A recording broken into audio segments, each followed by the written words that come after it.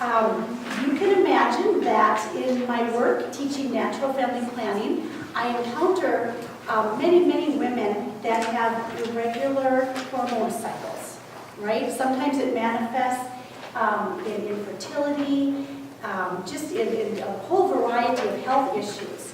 And so I'm very happy and very excited to have Dr. Anthony J. here today to talk about some of these things. Dr. J. grew up in rural Minnesota, in Morris actually. So he's from our very own Diocese of St. Cloud. He's a hometown boy. He is the son of Dr. George and Joan J. Dr. George is taping, and did Joan, oh, she stepped out, didn't she? Okay, I was going to have them stand because they are longtime NFP instructors and also recent recipients of our 2017 Humane Vitae Award. So we would stand. I always think it's nice when our kids grow up and do good things, right? Dr. J attended college at Ave Maria University in Florida, where he earned a BA with a double major in biology and theology and a double minor in chemistry and classics.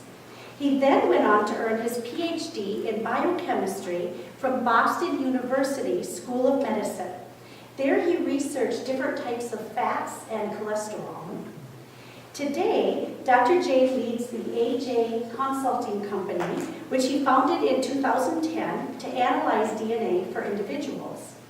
In addition, he is the president of the International Medical Research Collaborative, which trains and educates medical students and doctors from around the globe within American hospitals and labs. Most recently, in fact, just this past week, Dr. J began a new position as a postdoctorate researcher at the prestigious Mayo Clinic in Rochester, Minnesota. I want to add to that, of course, he's a husband and a father. Maybe you could tell us just a little bit about your family, because he has a brand new baby at his house. He is an expert on artificial estrogen chemicals, and he recently published his best-selling book, Estrogeneration: How Estrogenics Are Making You Fat, Sick, and Infertile. Dr. J has other books upcoming as part of his book series that's called Chagrin and Tonic. So with that, it's my pleasure to bring you Dr. Anthony J.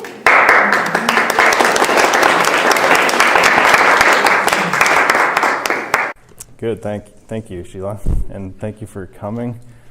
It's pretty informal, so I'm going to be informal. I passed out some handouts. It's 2 hours, so it's a pretty long time. So I'm going to split it into 3 parts. And the reason, so you have 2 sheets. One of them is a top 10 list of artificial estrogens. It'll make sense soon. But then also one of them is just an outline of the talk. And I really want to encourage you as we go along to basically write questions down, because, you know, what I'm going to do is talk about what artificial estrogens are. What is an artificial estrogen, right? And then I'm going to talk about, like, what do they do to your health? That'll be part 2. And then part 3 is essentially how do you avoid artificial estrogens, which is kind of the important thing. And it's going to go in sequence where the first part is the longest part, because what these chemicals are is the most important thing, because once you know what they are, it's pretty easy to avoid them, right? So the second part, what they do to your health, is obviously important to kind of motivate you to avoid them. And it's all in the book, and I kind of probably need to use the book to remember what these things are. But essentially, again, that 3-part outline that I gave you, just basically a blank sheet of paper, is for just writing down questions as they come up in your head. And I would encourage everybody to ask questions, you know, preferably. And of course, somebody's going to steal your question, but write them down as they come up, and you know, we can get around the room and everybody can ask questions as we go along.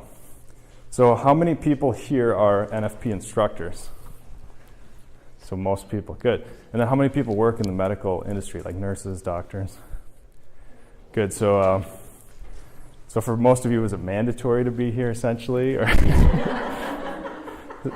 so, Some. Yeah, good. And, Either way. Yeah. so I was deer hunting this morning. That's actually why I was late, but with the in-laws. But Did you get a deer? I saw 2 deer, but we didn't get any deer. Probably a good thing. Okay, so let's start with number 1 on the list there. Phytoestrogen, plant estrogen. So, you all have heard of Agent Orange, yes? Agent Orange? Agent Orange is actually illegal, obviously, now, but it used to be used as a defoliating agent. It used to it just kills plants because it acts like, a hormone in plants. It disrupts. Plants have hormones too, just like we have hormones. They have to grow, and they're slightly different, obviously. But Agent Orange is illegal because they exposed millions of people in Vietnam. They were spraying the plants, and it impacted all kinds of health. It caused health problems. But we didn't know that at the time. It was approved. It was legal, right? And we didn't realize it was so bad because these health problems take a long time to come out. And that's a really important thing with all of these. It's a theme, is that people aren't as knowledgeable about these chemicals. Some people are, and it's growing. You'll recognize some of them as they come up, like parabens. You probably heard of a little bit, maybe. BPA you've heard of. Those are estrogen chemicals, and there's growing awareness now because we're starting to see the health problems. They're coming out. It takes a long time, though. Agent Orange is a good example. The reason Agent Orange didn't make my top 10 list, of course, we're not exposed to it very often, right? We're not, probably, hopefully never. Some people have been, and it's, like I say, it's showing up now in these elderly people. Future generations are affected, which we'll talk about in part 2. So it takes a long time for these health problems to come out, but they're serious, legitimate health problems. Again, that's part 2. What are the health problems? So phytoestrogen, plant estrogen.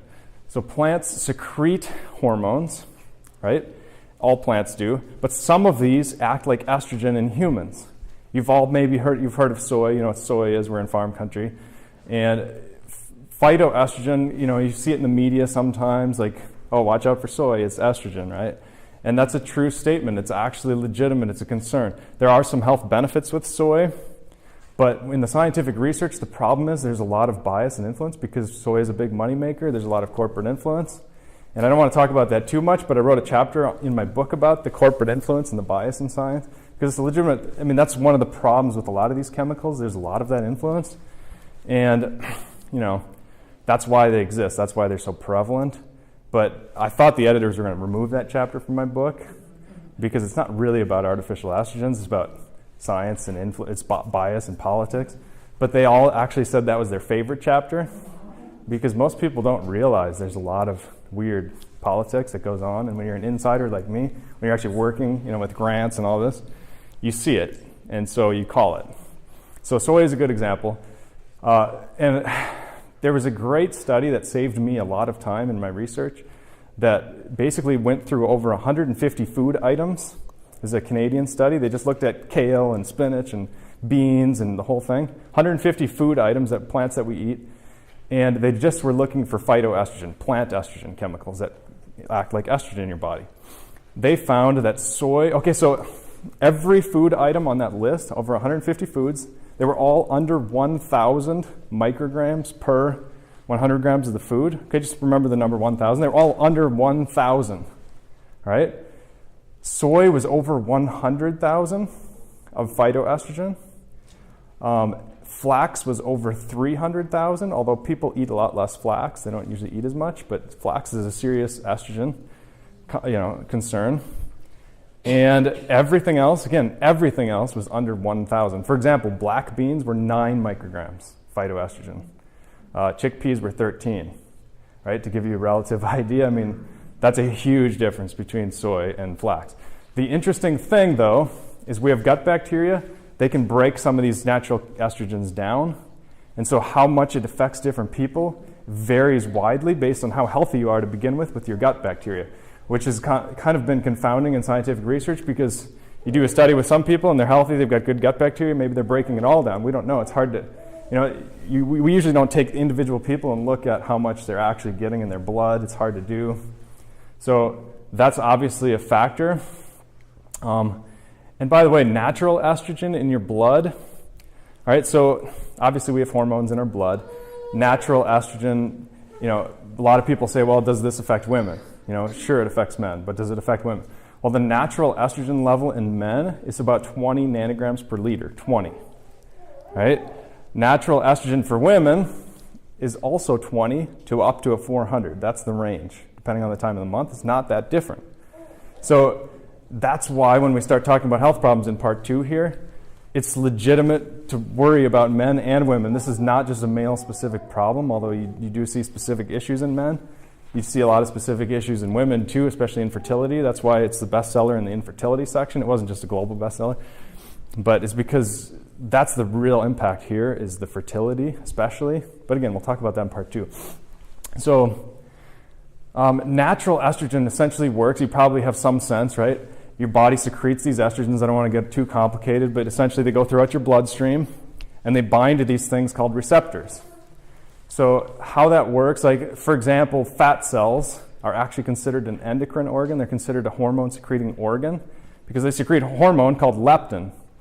And leptin, so you've got fat cells. When you eat food, these fat cells secrete leptin into your blood. It goes into your blood, travels around your body, but most cells in your body don't have leptin receptors. They can't grab it out. So it just goes into your liver, comes out. Goes in your muscles, comes out, right? No leptin receptors, it can't do anything. It just goes in and out. Your brain has leptin receptors, so it goes in your brain, leptin, binds, sticks to it, and signals and tells your brain that you're full. That's one of the ways that you feel full. And it's interesting when you do mouse studies and you knock leptin down, this is kind of off topic, but when you get rid of leptin in mice genetically, it makes them just look like beach balls, literally. So it's obviously an important hormone. So if you got to feel full when you eat. So that's leptin. Sounds off topic, but it's not because estrogen works the same way. It goes throughout your blood. There's estrogen receptors it sticks to. The interesting thing about estrogen, it's in your brain, yes. The estrogen receptors are in your muscles, yes. They're in your fat, yes. They're in all kinds of different. They're in your reproductive organs, right? So you've got these receptors all throughout your body, not just in your brain. So you see brain changes. You see fat changes, right? Again, part 2. All right, let me get some water because my throat is... All right, so that's how natural estrogen works.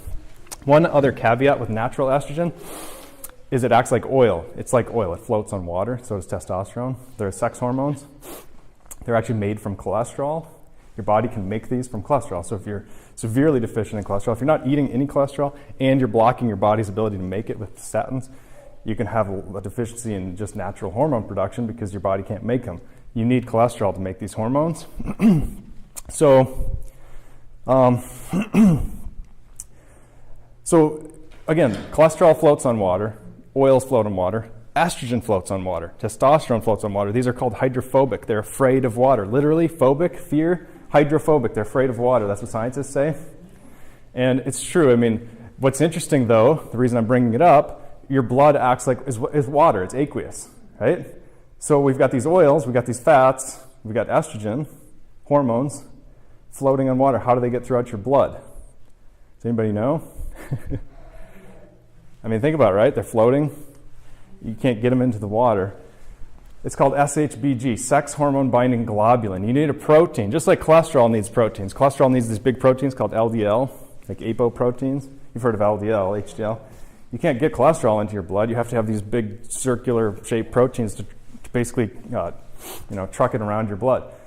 Estrogen the same way, testosterone the same way. The interesting thing, and again, the reason I bring it up, estrogen and testosterone both use SHBG. They use the same protein. It's called sex hormone binding globulin. That's why I'm just calling it SHBG. And in my book, I just call it the limo service for sex hormones. It's a limo. So they go in there, they can ride around the blood, right? Because otherwise they would float around. They would float. So they need to be in the limo. And then when they need to be used, they can get off. They can get out. And again, we'll talk more about the health issues and how that kind of is important, part 2. So we need something to talk about in part 2. We'll save that. So that's natural estrogens. That makes sense, right? It's pretty simple. They go throughout your body. Estrogen has a lot of health impacts as opposed to other hormones. A lot of hormones are really specific to certain tissues, like just your brain, just your muscles, just your liver, whatever. Estrogen, all over the place in your body. That's why we're going to see a lot of health problems, not just infertility, because it's not just in the reproductive organs. We're going to see fat gains. Because it's in the fat cells. We're going to see brain issues, brain changes. It's in the brain, right? Stuff like that. So let's get back to phytoestrogen. So these artificial estrogens act like estrogen in your body. They go throughout your blood. They bind these estrogen receptors. They act like estrogen. They disrupt your natural hormones, and they can cause all kinds of problems. So flax and soy, again, from that study, the two major phytoestrogens. I just tell people to avoid them. It's risky to kind of assume that you have really healthy gut bacteria. You do see health problems with these things. And there's the only other two that I talk about and that you should probably be concerned about is marijuana, but you shouldn't really be concerned about that. But when you smoke marijuana, getting it into your lungs, anytime you're smoking, you're breathing in smoke, it's a delivery system. Your lungs, it's going straight into your blood, these hormones, as opposed to, having those gut bacteria that might break them down, that usually break them down. So smoking marijuana, there's scientific research published that talks about how that raises your estrogen. Infertility with marijuana users? Absolutely, especially teenage. The other one, and this one's going to interest a lot of people, you probably don't know this, lavender. Lavender is estrogenic, at least the essential oil. So what we're doing is we're concentrating it down to this really, really concentrated form. It's unnatural. It acts like estrogen. There's a New England Journal of Medicine research paper, right? The world's most prestigious medical journal. They've got a paper that literally is called something like lavender causes gynecomastia in males. Gynecomastia means breast tissue in men. That should be a hint as to, lavender essential oil causing man boobs, causing, acting like estrogen. And they showed not only do we find cases like this where people are exposed to a lot of lavender, they're rubbing it on their skin, those hormones go through the skin, testosterone, estrogen, artificial estrogen, and not only does it cause breast tissue, but they did the actual studies in the cells, and they find it binds estrogen receptor. That's the real proof. So lavender, I'd watch out for it, eating a little bit here and there, whatever, no big deal. Breathing it in all the time. Sometimes it's health benefit, it's a health benefit because some people are deficient in estrogen. But you want to be aware, it's an estrogenic. It acts like estrogen in your body. So that's literally all I have to say about phytoestrogen. And the other natural, again, I'm talking about artificial estrogens, but it's kind of natural, right? Plants are making these. Our bodies, our ancestors have eaten these. Our gut bacteria have seen these chemicals. And another one that's kind of natural is mycoestrogen. That's number 2 on the list. Myco means mold. So essentially, molds secrete what we call toxins. They secrete different chemicals. And one of these toxins is zearalenone. ZEA, we call it in science. ZEA, zearalenone. Zearalenone is a toxin. It's toxic. If you have mold, in your basement, if you've got, you have to get remediation. People come in with hazmat suits. They're wearing masks, right? It's a serious thing. One of the reasons is because molds secrete these things into the air. Secrete what things? Toxins. Zearalenone. It's an estrogen. It acts like estrogen in your body. You breathe it in, it screws up your estrogen. So they also secrete things like aflatoxin. They secrete some other toxins. You don't want to breathe in mold, But that's the reason it's an issue in our everyday life. Again, it's not like Agent Orange. These things we're exposed to every day. Mold toxin, hopefully you don't have it in your basement. If you do, take it pretty serious. Check behind your fridge, check behind your sink. But that's one of the reasons it's bad. And one of the more common exposures that most people don't realize is grains. A lot of grains in America have zearalenone. They have mold. We kind of allow, a certain amount of mold in our food, and our government just lets it go. And it's telling. One of the things I did in my book is I compared the United States versus Europe. And it's really telling, and that's why I did it, is because it's telling.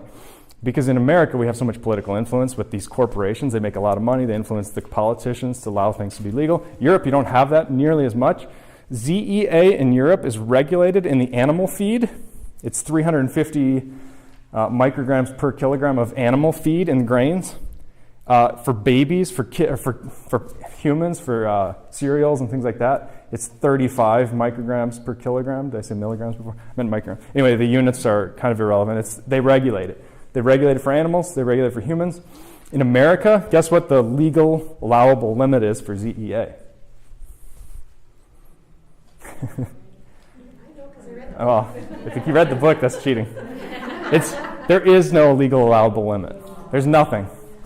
And you'll see that as a pattern here. I'll try and bring that up as we go along because I did a lot of research into the legal status of these chemicals. And a pattern will definitely emerge. I already kind of told you, I spoiled it, kind of, spoiler alert. But the pattern is, there is no regulation on ZEA content in your food. One of the reasons grains are bad, lots of ZEA, lots of mycoestrogen, mold estrogen. Let me see what else. Mold, that's pretty much it. The grains are the real big one in America with the mold estrogen.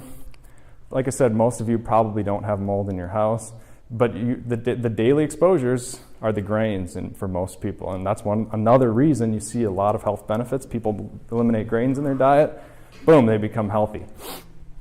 Not guaranteed, but it happens a lot. You've probably all seen it. I avoid grains, so it's a hard thing to do, right? I mean, grains are everywhere, and it's a lot better to just spend a little bit more on the fruits and vegetables and the fresh whole foods and then not have the healthcare bill. I think Japan was a good example of that. They spend literally twice as much on their food bills, on their grocery bills in Japan, but they literally have like 10-fold less healthcare costs. And I mean, I'm not saying that's all entirely related to food, but it's important. So that's mycoestrogen. Number 3 on there, let's move to number 3, and that's atrazine. So atrazine is a herbicide. That's why I put it up next, because it's kind of related to the grains. So if you're not afraid of grains already, I'm going to make sure you are now, because atrazine, guess how much is allowed in the water in Europe? Right? Atrazine. Farmers use it. It's a herbicide. It kills weeds. We definitely use it in America. It's the second most used herbicide in North America after glyphosate, after Roundup. A lot of people haven't heard of atrazine. It doesn't make the news quite as much, but it's used. So it ends up in the drinking water. It doesn't break down. That's one of the reasons they use it. It's really stable. How much is allowed in Europe, do you think? 0. 0 allowed. They don't even let people spray it on the crops. There's absolutely no atrazine in Europe. It's illegal. In America, 3,000 nanograms per liter is allowed in the drinking water. 3,000. And just to give you some, again, our natural testosterone for men is 20 nanograms per liter, same units. I kind of, in my book, I tried real hard to kind of relate all the units the same, because that way you can kind of get a sense. Obviously, when you drink it, not 100% of it's going into your blood, but a lot of it is. Your intestines absorb these things. They go through your skin, they go through your intestines. So 3,000 nanograms per liter atrazine is legally allowed in your drinking water, and we're exposed to that in this farm country of America. Question? So what kind of water filters do you recommend? I'll get there, yeah. That's part 3. So you're already excited about part 3, which is good. Yeah. That's a suggestion. You should tell about the cattle feed with the ZEA. The cattle feed that Good point. So cattle feed, I like to bring this number up in a lot of my talks because it's a huge number. So they've tested, obviously a lot of cows aren't grass-fed. They're eating corn. And remember, corn has a lot of mold in America and a lot of atrazine, but we're getting there. So stepping back to the mold estrogen, ZEA, we've got these cows going to these food lots. They're eating nice, healthy grass, and then they go boom, and then they feed them just mountains of corn, which is really unnatural for cows. And again, it's moldy. They've tested the blood of these feedlot cows for ZEA, and it's over 700,000 nanograms per liter. Again, my natural estrogen is about 20. Yours is 20 to 400. 700,000 in the blood of corn-fed cows. That's ZEA. So it's obviously getting in, right? Yeah. So but atrazine, 3,000 allowed in your drinking water, which is ridiculous. And it's causing a lot of depression and things like that in India with farmers. I mean, there's a lot of health problems. Again, we'll talk about it in part 2. But the number, just to give you another number here, I'm throwing a lot of numbers, but it kind of puts everything into context.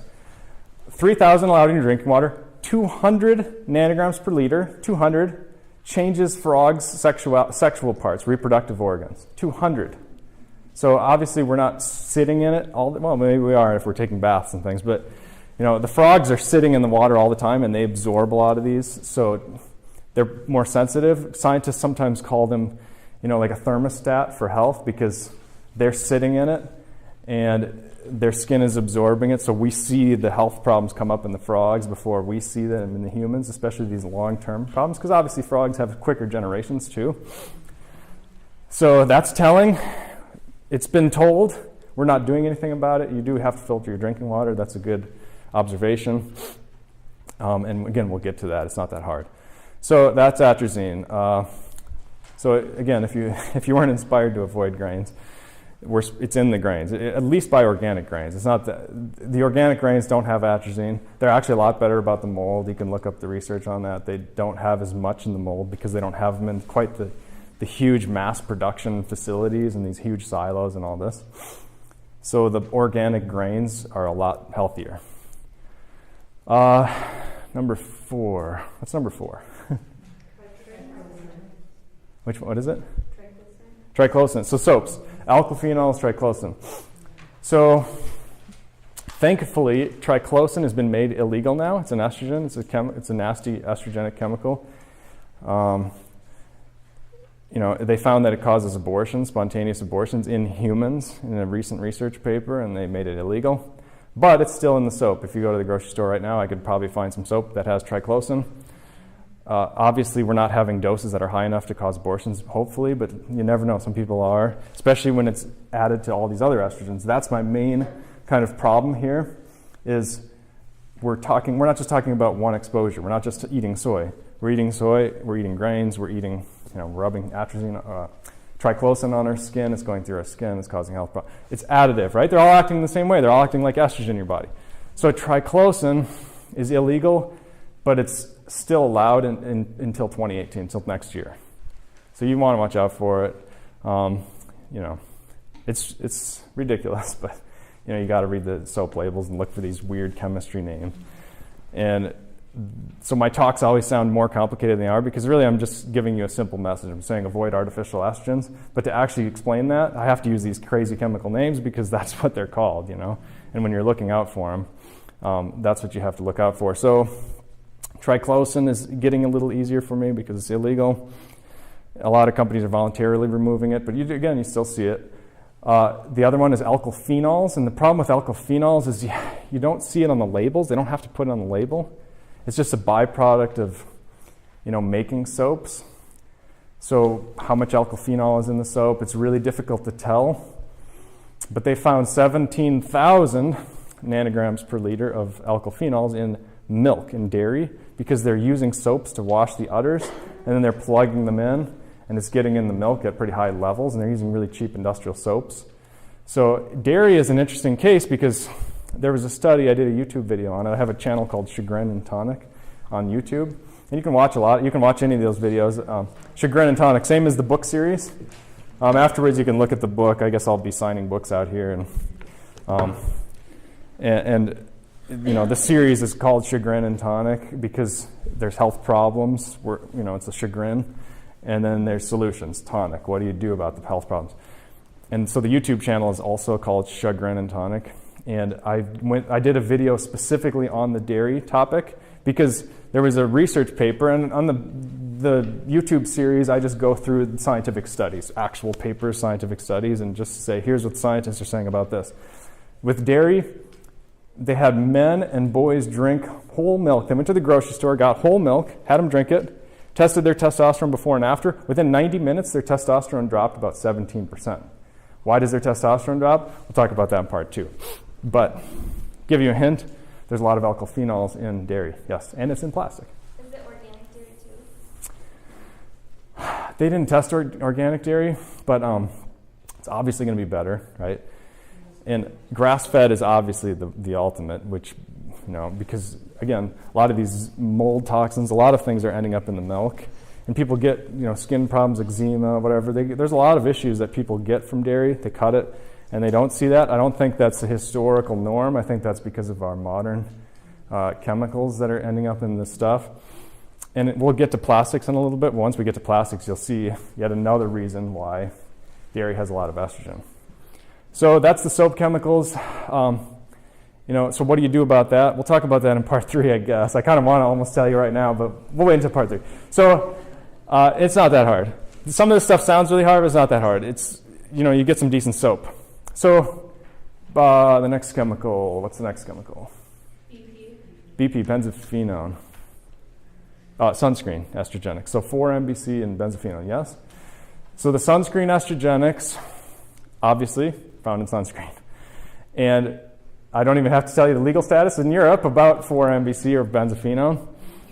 Totally illegal. You can't rub this stuff on your skin over there. It's legal in America. You go home and check your sunscreens and bring this piece of paper. You'll find your cheap unless you've gotten good zinc sunscreen or something, they'll have benzophenone or 4-methylbenzylene camphor, 4-MBC. A lot of people say, well, what about oxybenzone? Oxybenzone is a benzophenone. Benzophenone is kind of like a class. It's a broad category. Oxybenzone is a benzophenone. It's a subcategory of a benzophenone. So if you see oxybenzone, that's also estrogenic. Again, you Google that as scientific research papers on oxybenzone, estrogenic. You'll just see the word estrogenic. That means it acts like estrogen in your body. All right, it's an artificial estrogen. And, so that's easy, right? It's in sunscreen, avoid it. Get zinc sunscreen. It's a little bit more expensive. If you use sunscreen all the time, it's a lot more expensive because you're using it all the time. But that's even better for your health because you don't want to be rubbing estrogen on your skin all the time.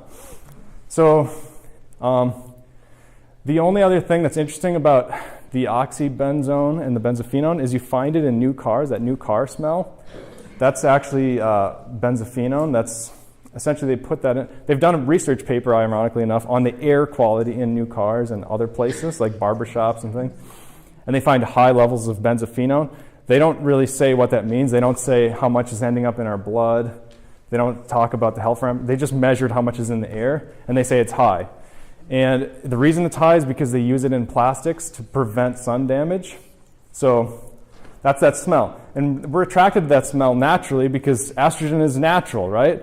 That's kind of a natural inclination for us to appreciate that smell. But it's kind of this bastardized version with these chemicals. So yeah, it's a great smell, but I probably wouldn't be sleeping in a brand new car and exposing myself for a long time. Or if you work in an environment where that new car smell is constantly, get one of those air purifiers, HEPA filter things, and run that. So that's benzophenone, oxybenzone. Are we moving to the Red 40? Is that the next one? Yep. All right, so Red 40, simple. It's estrogenic. It's not actually illegal in Europe. But I've done talks, podcasts over in England and things, and they say they never see it. You don't see them. If you look on the labels here, if you're really, conscientious about the labels and you look, you'll find Red 40 in all kinds of things. It's even in the bar soaps, which is nutty to me. But in Europe, it's legal, but get this. They have to put a warning label if they use it, like one of those big cigarette warning labels. And in Europe, they have these huge labels, not tiny. Like the cigarette label in Europe, it says this will kill you, basically. It's like this huge thing. And it's like that with the Red 40. If you use it over there, you have to put a warning label on the product that says this may cause health problems. So nobody uses it. They use beet juice. It's natural. It's good for you. It's literally good for you. It's not just neutral. So red number 40. It's actually illegal in Japan too, red number 3 and red number 40. So that's pretty self-explanatory. It's easy to avoid. It's probably healthy to avoid fruit punch anyways. So the next one is parabens. Is that right? So parabens, that's a fragrance estrogenic. So parabens, again, we're talking about artificial estrogens. So remember the first two were found in plants. Our bodies have kind of seen those. With all of these other ones, Red 40, benzophenone, oxybenzone, all these sunscreen chemicals, all this stuff we're talking about, parabens, our bodies, our gut bacteria, we've never seen these things before. These are completely man-made, completely artificial. So our bodies don't handle them very well. They're finding parabens in unbelievable numbers, like in pregnant women and all this stuff. Pregnant women that use perfumes have 167% more parabens in their urine, which is pretty self-explanatory. Stop using perfumes. But you can buy paraben-free perfumes now, which is good. That wasn't the case 5 years ago. So, that's, again, part 3. But you can see how part 3 is easy, right? Part 3 is going to be short because part 1, identifying these things, that's the hard part. Top 10 list makes it easier because these are the ones that you find every day, but Paraben free. You got to go paraben free. And the one thing that's worth mentioning with parabens is that companies don't have to put it on the label. They don't have to say parabens. And by the way, there's methylparaben, there's propylparaben, there's a lot of different parabens. And you'll even find it in food sometime because it's a preservative. I literally, I went and met a professional hockey player for consulting, and I brought a package of tortillas because on the ingredients you can find methylparaben, propylparaben, and butylparaben. All three of those parabens were in the tortillas. And I use it as a visual aid because it's so insane that we're eating these estrogens. And if you're a professional hockey player, that's the last thing you want. And the reason they're using it as a preservative is because it kills bacteria. Bacteria haven't seen that chemical before. So, you find it in the foods once in a while. It's not too common. Usually you do want to check the tortillas for some reason. They seem to put them in there more often than not. They do have to put that on the label when they're using it in food, but for some reason in fragrance, they can just call it perfume, and they just lump it all together. And the reason that is, I said for some reason, but in reality, the reason is because it's proprietary, it's secret. The companies don't have to reveal their secret formula for their fragrance, so they just use the word perfume or fragrance. And they use a lot of paraben because it's cheap, it's a filler, and it carries the perfume a little bit farther in the air. But mostly it's got a little bit of a scent to it, yeah. What else would it be in other than just like perfume that you spray on it? It's in the shampoo, yeah. So Soap, bar soaps. Anything scented and anything that would be Yep. So scent-free is always healthier because, if you've got some really cheap shampoo that's scent-free versus some really cheap the same brand that has scent, it's always better to go scent-free. Again, we'll get there in part 3, though. So the other interesting thing with the fragrances, as long as we're talking about fragrances, I put phthalates next, right? PHTHALATs. Phthalates are plastic additives. They make plastic more clear. They make plastic, just to give it better properties. Did you already check this one? It's a 6, so this one's... So that one's not you can drink the water today. What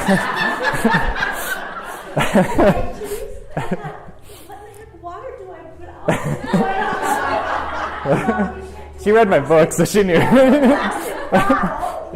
And our water's from the Mississippi River. It has the birth control and pills and pharmaceuticals in it. Yeah. So when you put your bottle, I'm like, yes, Yeah.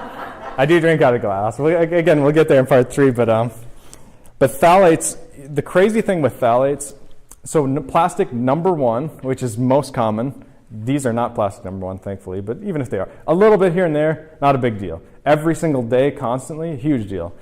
And to be honest, scientists are coming down even harder against phthalates than they are on BPA. You've heard of BPA-free. Phthalates are even more dangerous, but that's just coming out.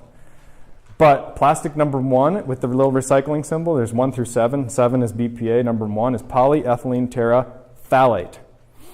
Plastic number 1, not healthy at all. When you buy juice at the grocery store, I guarantee you, look at underneath the bottle, recycling symbol, plastic number 1. The reason is because it's clear. It looks really nice, right? So they sell more. Those milk jugs, the plastic milk jugs that are kind of cloudy, that's plastic number 2. Plastic number 2 is actually fine. It's safe. It's as far as I can tell. 10 years from now you might. I just generally try and avoid plastics, but at least for now, plastic number 2, 4, and 5 are safe. 6 is pretty safe too. Again, it's in my book. But what I would generally do is just especially avoid plastic number 1 because polyethylene terephthalate, a lot of phthalate leaching. And the reason I bring up juice specifically, because obviously there's a lot of health studies that say juice is bad, all these sugars and everything, which is true. But it's a confounding factor because when you've got a lot of estrogens in your juice and you're doing scientific research, are you actually studying the estrogen effects, the health impacts from the estrogen, or are you studying the effects of the sugar? And that happens a lot. And it's even more interesting to think about oils, right? Because remember before I talked about how estrogen floats. It acts like oil. It's hydrophobic. It's afraid of water. So if you've got it in water, you don't get as much leaching. But as you make the solution, as you make your liquid or your drink or your beverage more oily, like more sugars, especially oils, like corn oil, soybean oil, whatever, and you put them in plastics, there's a lot more leaching. And to give you an example specifically of that, I should probably wait till we get to BPA, but I'll just use the example now. They did a study with BPA and coffee. And they had decaf coffee, and feel free to stand up if anybody, because it's a long talk. Or just walk out and leave. They did a study with decaf coffee and regular coffee, and they just poured them into BPA mugs, right? Like a lot of them are, unfortunately. A lot of people are drinking from BPA every day. And it's hot. Heat speeds up molecular motion. It causes more transfer of these chemicals into the drink. So they tested how much BPA was in the BPA mugs with the decaf versus the conventional caffeinated coffee. 20% more BPA was in the regular coffee than the decaf. 20% more. The reason for that is the caffeine molecule is assisting in leaching out more estrogen chemical, right? So it's a little bit technical. It's kind of beyond what you need to know, but it's good to know, right? It's good to know that water isn't as bad as oil in terms of estrogen leaching. Anything that's oily, you're going to get more leaching. The ideal solution is just not to use something that would have estrogens in it to begin with. So that's phthalates. And again, I can't remember if I said this, but the segue between parabens and phthalates, the reason I put those next to each other on the list, remember parabens, fragrance, perfumes.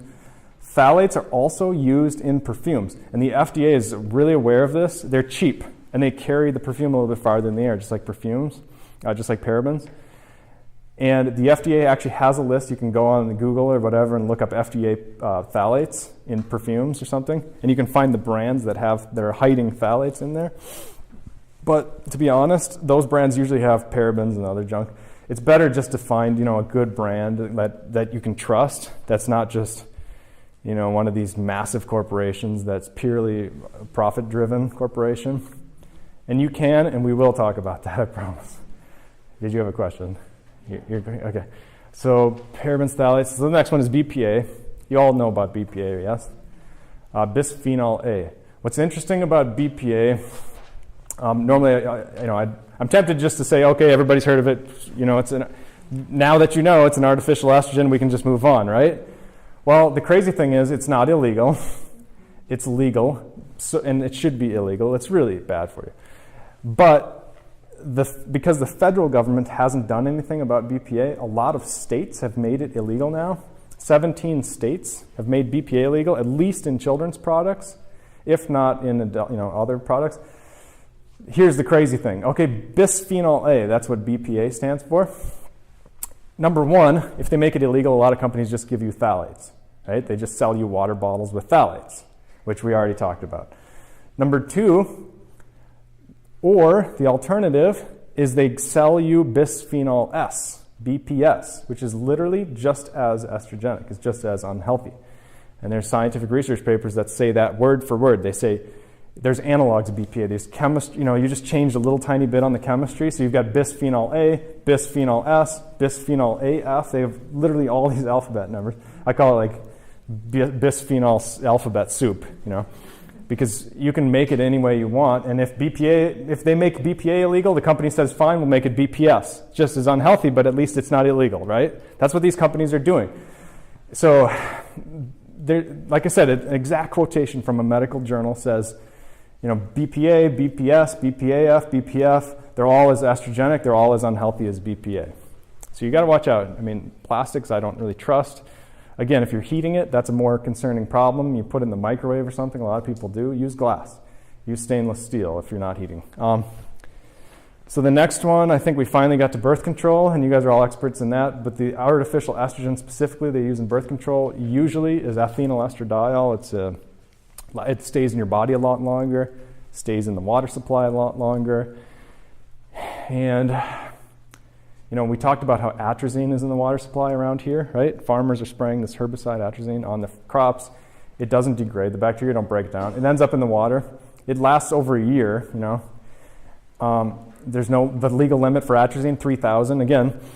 But what happens, a lot of times there are scientific studies that show that birth control is low in the water supply. Where are those studies being done? Here in St. Cloud or here in Iowa or in Indiana.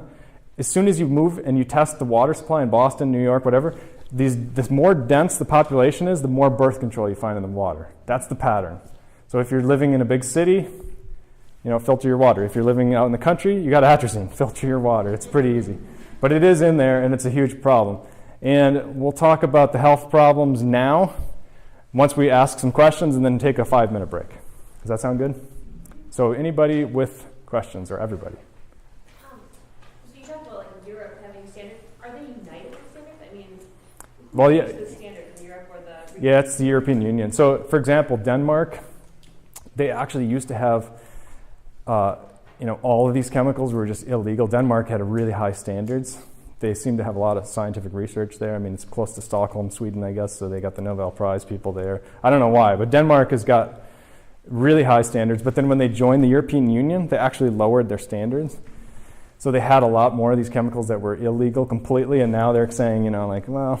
And it was funny because I have some of those quotes in my book from Denmark specifically, because they said, we're not compromising on any of these, right? You see the media, the press releases, and then they joined the European Union, and they compromised immediately.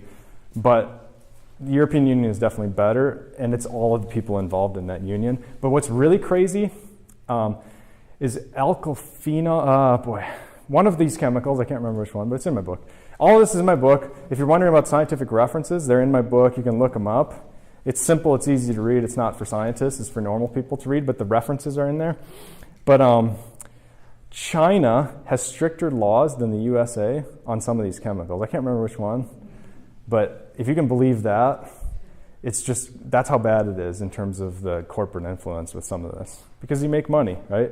These companies are making a killing, and they have a monopoly in some situations, and they're able to influence the politicians. Question number 2.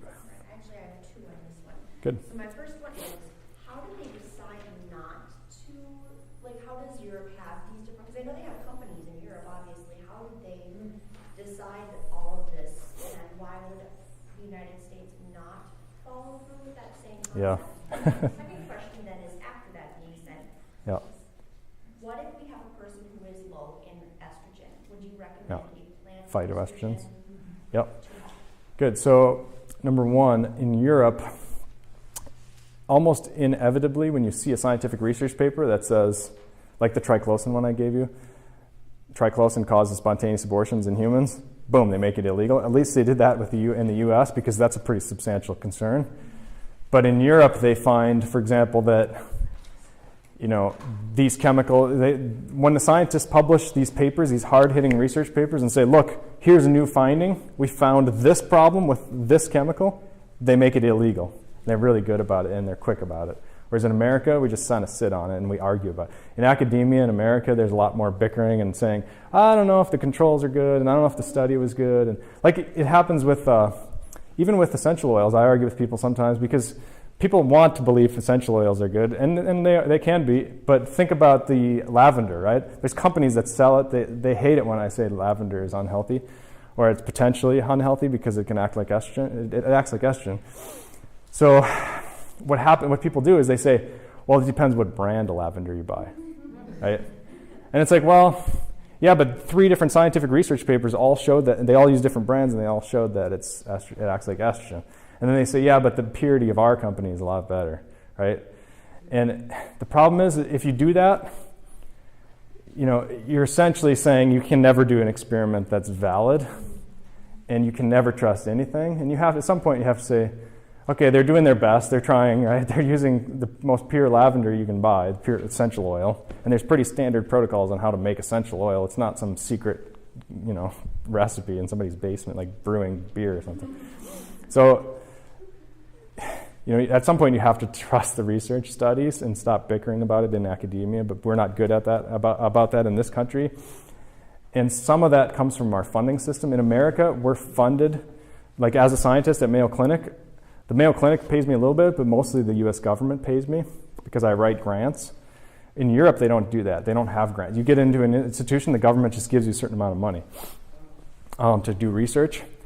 So in America, I think it's more advantageous to argue, to kind of look like you've got sides. Everybody's taking sides and clamoring for more money and saying we need to prove that this brand of lavender essential oil is better than that, or whatever. They're trying to find different things to argue about. So I think there's more of that. I don't know. I mean, that's an interesting question, but I think the most important thing is that it's a reality. That's just the way it is in America. So in terms of the plant estrogens with postmenopause, it does work sometimes in a lot of cases. The problem is you increase health risks that we're going to talk about in part 2. So it's risky, but so is taking artificial estrogens, right? So it's a lot of other things. So you do. That's an option, and it can be a good option for some people. It's worth checking into. It's better than taking parabens, right, or phthalates or something, which a lot of us are doing. And that's another important aspect is when we're doing these scientific research studies, it's really hard to find people that aren't exposed to phthalates, that aren't exposed to these plastic chemicals, because they're so pervasive. It's just astonishing. And scientists have literally gone up to Alaska and found native tribes and looked for breast cancer rates, comparing them to the U.S. and this other stuff. But then again, there's all this other problems, like, well, they're eating healthier and they're, whatever. So it's a tough research question to determine, the phytoestrogens, because soy is the number one phytoestrogen. Everybody's consuming it. Look on the salad dressing and you've got soy. Look, and I forgot to mention, this is really, really important. So I'm glad you asked about it. With the phytoestrogens, if you eat soy sauce that's naturally fermented, there's 147 micrograms of phytoestrogen. Remember, soybeans are over 100,000. 100 is pretty much nothing. So if it's naturally fermented, like natto or like tempeh, like soy sauce, any soy product that actually is fermented, not some industrial pretend fermentation process where they do shortcuts, but anytime they actually ferment things, it's healthy. It breaks down the estrogen.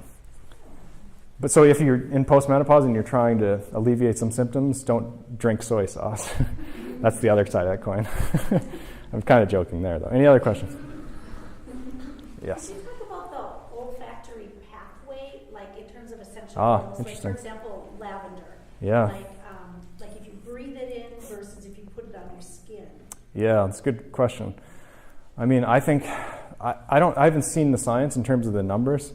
Like, for example, if you rub like a really specific amount here, how much ends up in your blood. If you breathe in it's hard to do that because it's hard to quantify how much is in the air and how much you're actually breathing in the delivery.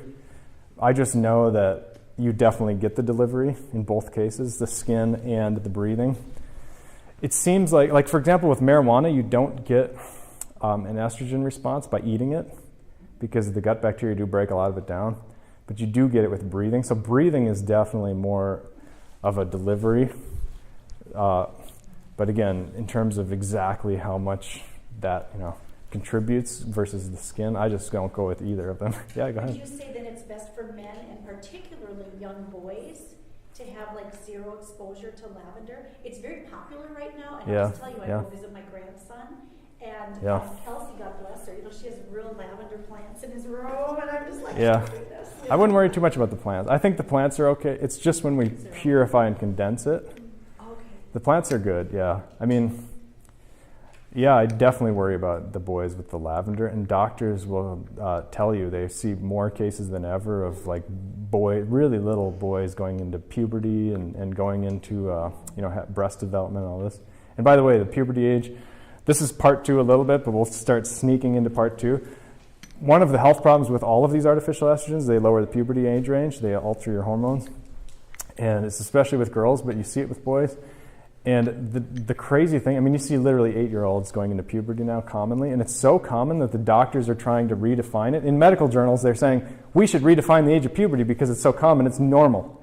And now make that a normal thing, even though it's obviously not a normal thing, right? It's because we're exposing ourselves to these chemicals. So we had a question over here, though. You said marijuana is an estrogen, but what about like CBD oil? CBD is not, no. CBD is healthy. Certain grains that are worse than others. Certain what? Certain grains. Oh, grains? Yeah, they spray a lot more atrazine on the corn, but there's a lot more mold in the wheat, yeah. So kind of a yes, no. Like, for example, I eat corn sometimes. I just get it organic. And but personally, I also have gluten sensitivity, and some people do, a lot of people do. And, I can eat it, but it causes inflammation, and I notice it. So I avoid them for that reason. But if you don't have that, if you're getting organic, you can do really well. Especially, to be honest, the whole grains are a little bit more irritating to your gut lining than the processed grains. So that's a factor. I mean, there's a lot of factors. With grains, it's spiking blood sugar. So for example, there's a guy named Rob Wolf. He's a paleo. He's kind of the leader in the paleo world. You've heard of paleo, the paleo diet, like the ancestral diet? Well, Rob Wolf's kind of a friend of mine, and he wrote a book called Wired to Eat.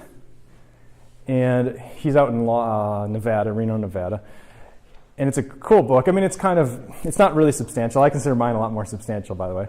But it's a good read. It's fun to read, right? He's real interesting. But really the only substance, I'll save you the time to read. I mean, you should get the book because he's got a really good protocol. But the whole kind of, the book revolves around the Rob Wolf protocol. And what that is testing your blood sugar in the morning after you eat something. And that's it. That's pretty much the whole book. I just saved you a couple hours reading the book. So what he does is he has you wake up in the morning and eat exactly 50 grams or some exact number of carbs. Try and get them as pure as you can. Like just white rice, just bananas a different day, just cake a different day. Like whatever you want is just carbs, right? Just sugar. Just drink juice, 50 grams, whatever. You weigh it out on a scale. And then an hour later you measure your blood sugar. So you have to get a $20 blood sugar thing, but I mean, come on, it's not that much. It's more just the sticking yourself right on the finger. That's difficult, but you measure your blood sugar and you record that. And it's really fascinating because your food sensitivities start to show up on that. And my wife did it, and she was essentially normal, like 90. Her blood sugar was about 90, 80-ish, whatever, depending on the food. And again, this is after you eat a lot of carbs. But she ate sourdough bread, and it went up to about 130 compared to like all of her other ones, and nothing else spiked her, which is really interesting. So that's one way to kind of check for some people. I mean, if your blood sugar is spiking like that alone is a reason. I don't care about gluten, I don't care about mold, anything. So there's a lot of strikes against grains, but our government has been telling us that grains are, the bottom of the food pyramid and kind of the foundation for all your meals, and you should have grains beyond everything else. And there's money involved in that, and they're starting to flip that, but it's frustrating, and it's just something that you should know. Scientists are not saying grains are healthy. The government is, and even with that, they're kind of backtracking a little bit. So, that's probably enough on the grains and stuff. It's probably way beyond what you're asking. And I'm going to ask too, though, with that being said, because obviously, and quote me, tell me if I'm wrong with this, but I kind of have just always heard like everything in moderation. Like if you're not just sitting there eating cereal for each meal of your day, it's not saying necessarily to the same. I mean, I for sure. With that, but wouldn't it be like if you have an overall, you're eating a nice variety of kind of. It helps. It can help. Yeah. The problem is with these estrogen chemicals, I don't think there's such a thing as moderation because nanograms.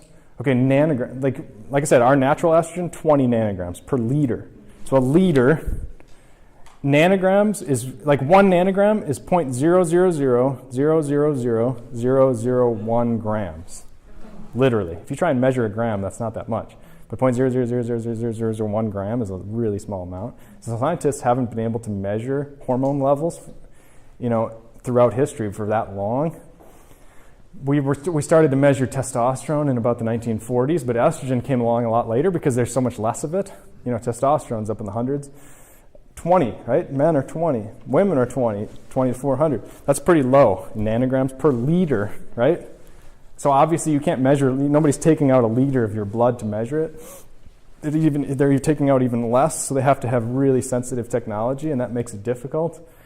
And because these hormones have that kind of an effect at these really low levels, the safety limits are really debatable because, remember, it's a long-term effect. That's the real problem. It's years. A lot of these take years to come out. If you're sensitive to gluten, you feel it. You take a month off of the grains and you come back on, you'll feel it. You feel bloated. You feel like garbage. Your brain kind of just hazes out. But if you're sensitive to all these estrogens, and everybody is, we're wired, we have estrogen receptors. You don't feel it. It's a natural thing to activate your estrogen response. And that's kind of an unfortunate thing because we're not as motivated to change because we're not feeling anything, and the levels are probably low. So I would do my best to avoid the artificial estrogens, and if you have some health problems, like real specific health problems, especially be careful. And if you're a pro athlete, which none of us are, especially be careful. But you know what I mean? Like I'll actually show you in the next, in part 3, kind of some gradations, of like if you're in this category, maybe be more extreme. Question? What about a cash register disease? Which Yeah. poisons are in those? Just BPA, yeah. They spray them with BPA. So yeah, if you're touching those all the time. Yeah, I know it's silly, but Is that allowed? Is that a big good? it is if you work with them. If you work with them, there is a health concern with touching them all the time, and it does bring your blood up, and how much of a health problem that is always kind of debated because it takes years, and not a lot of people are going in for follow-up studies and being checked for that, but it's definitely in there. They're spraying the receipts with BPA. So if you work in that industry, you could wear gloves, like a lot of people do actually wear the nitrile gloves or something, and yeah. Yes. Why do companies, why are they so attracted to the BPA and all the It's plastics? cheap. It's just dirt cheap, It's yeah. just cheap and they, And it's easy. It works. It's you can spray it on really thin and like on receipts. gives good results that they, or quick results. Well, there are better products. I talked to a guy in New Jersey who works for one of these huge chemical companies when I was living out in Boston, and he said they have these amazing, these plastics that are amazing. They're a lot better. They're made from corn or whatever, but they're 2 cents more expensive per whatever, and they can't justify it until the government makes it illegal. They can't do it. So they have them, they can't use them, and it's that stock market mentality. That tiny little bit of difference makes all the difference because people aren't pushing. The consumers aren't pushing it. And if we're buying the cheaper product that's full of BPA, they'll just keep making it, trust me. And they'll keep making sure it's legal. So regardless of what the government does, we can choose. Oh, Just yeah. like people Yeah. can choose to buy organic or choose to filter their water. We Yeah. can make choices for And I think it's worth doing. And I know again, we're not even going to have a part 3 by the time we get to part 3 here, but like I kind of hinted at already with Japan, it's worth paying double, because you're going to save so much in healthcare costs later. That's the kind of mentality I think people should have. I think you should think about spend a little bit more now. Hopefully it's not double. I do have suggestions. In fact, I have a consulting company website. It's called ajconsultingcompany.com. And if you go ajconsultingcompany.com/whatIuse, like all in one word, I list the products that I personally use, and I don't make any money from any of those. I just list them because people ask me. And you can use a million different products. There's a lot of good companies out there, but a lot of them are really expensive. And I personally go through and find good ones that are cheaper. And again, you don't have to use what I use. I'm just telling you what I use, and that's where you can find it. It's ajconsultingcompany.com/whatIuse. And it's got bar soap, it's got laundry detergent. And I think through this stuff on all levels. I'm not just thinking about it in terms of estrogen. I'm thinking about it in terms of, does the laundry detergent work, right? And how harmful are those other preservatives? Are they neurotoxic or whatever? But there's a lot of good companies. Most of them are way too expensive. That's the problem. But even there, it's, if you get in a bind, it's better to spend that money, if you can afford it, if you can. Any other, yes? Nitrates in the water, is that? Nitrates? similar to Yeah. atrazine? Is that an estrogen? No, nitrates are, so plants actually secrete nitrates and nitrites. So I wouldn't worry too much about those, even if they're in the water, yeah. If they're at extremely high levels, they can be a problem, but they're not normally found in the highest levels of nitrates in people's diet is vegetarians, like eating a lot of plants. Like people worry about that with the wine, like the sulfites and things in the wine and the nitrites. That's just it's a natural, nitrogen bound to an oxygen. So oxygen is really reactive. So if you have a nitrogen sitting there and you've got oxygen in the air, which we do, we have breathing in oxygen all the time, it's going to stick to it and create these nitrites. They're reactive, but they're natural. You find them in nature. So unless there was some chemical factory that's literally just pumping nitrates or something into the water, I don't think it's a huge health concern, but I could be wrong. I'm not a huge expert. I know for sure, I'm 99% sure that it's not an estrogen. It's pretty, our gut bacteria can handle that. Yes? So distilled water, is that too far? Distilled water is good, yeah. Distilled water is really good. I mean,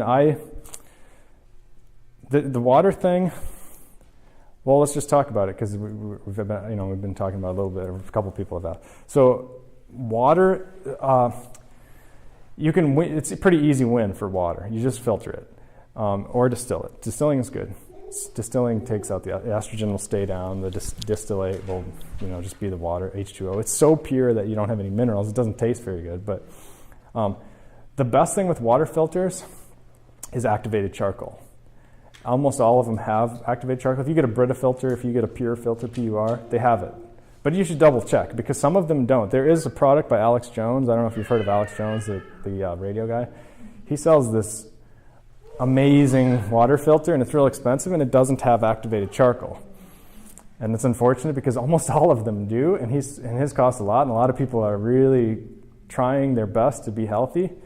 And he lists all the chemicals that he filters from his water, and it's none of the artificial estrogens because he doesn't know, but the lab results show that those are still in there because he doesn't have the charcoal. And I used to use activated charcoal in the lab. I would use it. I've published research papers using activated charcoal. It removes anything fatty, any estrogen, any hormones, any fats. It just grabs onto it. It's because there's no charge on activated charcoal, so things just cling to it that are hydrophobic, that are afraid of water. They just cling. They don't covalently bind. They just cling. It's called adsorption, but you don't need to know that. You just need to know that you check your water filters for activated charcoal, and you're fine. Especially if you're not storing in plastics. That's the caveat, though. A lot of people do filter their water and then leave it sitting in plastics for a long time, and that's a questionable thing to do. Even if you have a plastic pitcher or something, that's okay. Just pour it into a glass pitcher. That would be the ideal thing, I think. But I do like those ones that flip up on the sink, right? Have you seen these? These stainless steel things. You can just flip up the portion and run the water, and then flip it down and run the purified water. But it's a pretty easy win, I think, nowadays because there's a lot of good products. Most of them have activated charcoal. Right? That's easy. How do you feel about taking activated charcoal internally? Pills? Yeah. I think it's useful in certain situations. Like, for example, there's scientific publications that show that if you eat a bunch of mold, like if you eat moldy grains and then you take a charcoal pill, it binds most of that mold, which is awesome, right? The problem is you don't want to use that as an excuse to say, I'm going to eat a bunch of moldy grain or cheap, just regular bread and then take activated charcoal pills because it also binds a lot of beneficial vitamins. So then you become vitamin deficient if you're constantly doing that. But it is useful in certain situations. The thing that a lot of guys like Dave Asprey and these the Bulletproof guys and a lot of these health gurus, they go too far with the activated charcoal because they're selling it. But they try and tell you that it pulls toxins from your body like some kind of a magical thing. And it doesn't really. It gets them in your gut, right? So if you're eating something that has toxins or drinking something and you've got activated charcoal in a pill, it'll bind those. If you've got them in your blood already, it's not going to really help. So that's kind of the caveat, which a lot of people don't tell you because they're selling the pills. Yeah. So what if you're perimenopausal and you're estrogen dominant and Yeah. fat? Would the pills bind The charcoal some of pills? that estrogen? I don't know. That's a good question. Interesting question. I mean, they could because there's a lot of fat around your intestine, and it's possible that those estrogens are going to leach into your colon to some degree. I mean, it could. We're worth trying, but because it's cheap, right? Charcoal pills are pretty cheap. But do it for a short time. How would you avoid the vitamin deficiency? Yeah, you just take it when you're on an empty stomach, and you don't want to do it too regularly because some of that will stay in your colon. And it's not comfortable. It definitely causes digestive irritation, like it causes constipation and that kind of, or the opposite direction. A lot of different things, depending on your diet or how empty your stomach was or whatever. But yeah, I mean, I would probably guess it probably is not going to make a huge difference in that case. But I don't know. And did you have a question? Forgot, sorry. I did have one way back there. What about Japan? Everybody eats soy in Japan. Yeah, that's a good question. Fermented soy? Yep, most of it is fermented in Japan. they've started recently to kind of use more industrial tofu and stuff, because even tofu, they've got so much fermentation naturally in their culture. But they're starting to change that, and I think it is starting to show health impacts on their culture, but it's too early to tell. But I can say it from the scientific perspective that it will have health impacts as they shift to more industrial soy. What do you mean, like, soy, if it's tofu, is that fermented? Not usually, no. Okay, so No. they just naturally, culturally, they eat Yeah. tofus. Has it affected them over time? I don't know. I mean, if they're eating a lot of tofu, yes, it will affect them. If they're not fermenting it, there's different ways to make it. I'm not a super expert, So and it's not a huge part of their diet? I don't think so, no. Not like it is in America with the vegetarians. What happens in America is we become vegetarian, and then we try and replace all the meat with tofu, Yeah. and then we get so much soy. It's amazing. So it becomes a bigger. The impression that in Japan they use more miso, and Yeah. it's fermented, and it's almost like a condiment. Right, condom. So it's not so much eating with big. And that is Yeah. very, the miso is very. Miso is fermented, yeah. But again, I'm not really great at cooking and I always think of Japan, And diet. I think of soy, but they're not probably not eating as much as we are. yeah, and their health isn't that much better. They're healthier, but it's not astonishingly better. You know, I mean, they're susceptible to health problems. If they're eating a lot of soy, you would probably see the health problems starting to spike. Yes. So back to the sourdough. Yeah. Is sourdough in and of itself a fermenting process? Yeah, it's a lot healthier to ferment things, yes. So your wife's reaction. Even with sourdough, yeah. She hasn't actually tested regular bread yet, Oh, so I don't know. It might be worse, yeah. Okay, I see. I know, the only reason I said sourdough is because that's just what she tried. Okay. I wasn't trying to say sourdough is bad, because sourdough is definitely healthier. Oh yeah, interesting. Yeah, it could be. She needs to try some other bread, but she had a baby, so Okay. that can throw you off a little, your blood sugar. Yes. Yeah, just the essential oils. So they tested all the essential oils, and because I thought they all sort of worked the same. No, there's different. No. So they tested them all, and lavender was the one that did. They haven't. I don't know about all. I mean, you know, but yeah, lavender is the only one. There was tea tree oil. They did find estrogen. They found tea tree oil acts like estrogen to some degree, but there was only one paper, and there was valid concerns about purity. So I don't worry about tea tree oil, but it might be something to think about. That one, like I said, in that case, I did look at the product that they were testing, and it looked like it could have been. It was sitting in plastic, right? So I was wondering, are they actually testing the tea tree oil or the plastic? Whereas the lavender, they got it in glass. There was different companies. There were different papers. Tea tree was just one paper.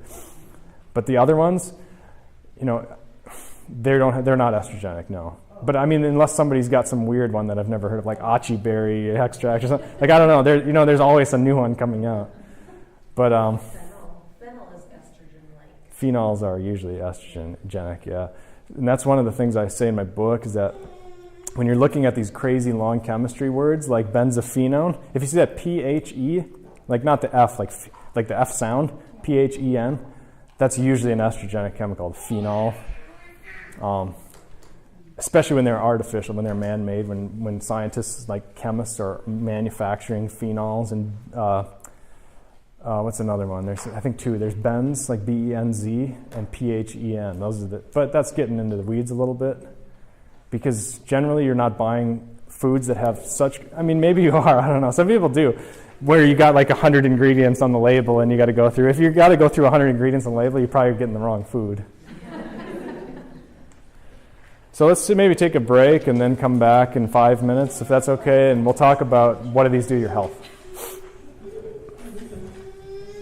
So because we're probably running short on time, which is good, that means we've been asking a lot of questions. I'll probably just combine part 2 and 3 here, because you know you're already starting to see how to avoid these chemicals. It's not really that complex once you right? Especially like think about Red 40. You know Red 40 is bad, you avoid it. It's not that hard, right? So for the most part, we've talked about water. It is, well, so I'll tie in a little bit more. I'll kind of combine part 2 and 3 and tie in some more solutions. But let's start talking about health problems from artificial estrogen. So as a scientist, what we do when we're looking at health problems here, what I do is I look for patterns. So let's say that somebody's exposed to BPA and they have increased fat, like weight gains, and they have, I don't know, ADD. Let's just say that those two things come up. And then let's say somebody's exposed to, I don't know, parabens. And let's say they have increased weight gains and they have allergies, right? Well, what I would do as a scientist is say weight gains connects those two things, right? So maybe these estrogen chemicals are causing weight gains. You see? That's how you think through it. You start looking at all these chemicals, and they all have a list of health problems, and you start connecting the dots and saying, what are all the common health problems? Because these all act like estrogen in your body. So we want to understand what are the estrogen health problems, specific to the estrogen part of it. Question? Is this like related to kids and adults? Yes, Everybody, yeah. Across the board. Yep. And we'll just start with weight gains because that's number one. I have 7 of them. I might forget 1 or 2, but weight gains are a big thing, because when you are pregnant, you have natural estrogen, and that goes up. Your natural estrogen goes up when you're pregnant, and your body stores more fat. That's a good thing. That's a natural thing. And the reason that is good because fat is the most efficient energy store in your body. Fat is amazing. That's why these guys that run 100 miles, I was just doing a podcast 2 weeks ago on a guy, his name is Ben Greenfield, he has a podcast. He races 100-mile races. We were talking about artificial. And by the way, he brings crates of these, literally this, he brings crates to his races. He doesn't drink plastic while he's out running 100 miles. And he runs 7-minute miles for 100 miles. Yeah, his name is Ben Greenfield. But and I wrote an article for him too on testosterone, which we'll get to. But so weight gains, what these guys are doing, the reason he can do that scientifically, people weren't doing this 20, 30 years ago. Now the reason they're able to run 100 miles, 7-minute miles, because they've taught their body to burn fat as fuel, which is a different topic, but fat is so efficient for energy, you can go out and run 100 miles. I'm not saying everybody here can, but eventually you work up to it. That's how you do it. If you can do it, that's how you're doing it. You're not burning sugar. So it's a super efficient form of energy. When you're pregnant, your body stores that efficient form of energy in case you have nutrient deprivation, in case you can't find food, which was a legitimate concern for our ancestors. It's not anymore. We have an abundance. But your body doesn't know that, so you store extra fat. And the problem with artificial estrogens, they cause that same response, right? You're basically telling your body you're pregnant. You're raising your estrogen. Your body says, oh, let's create some fat. And that makes it difficult. I call it the estrogenic paradox.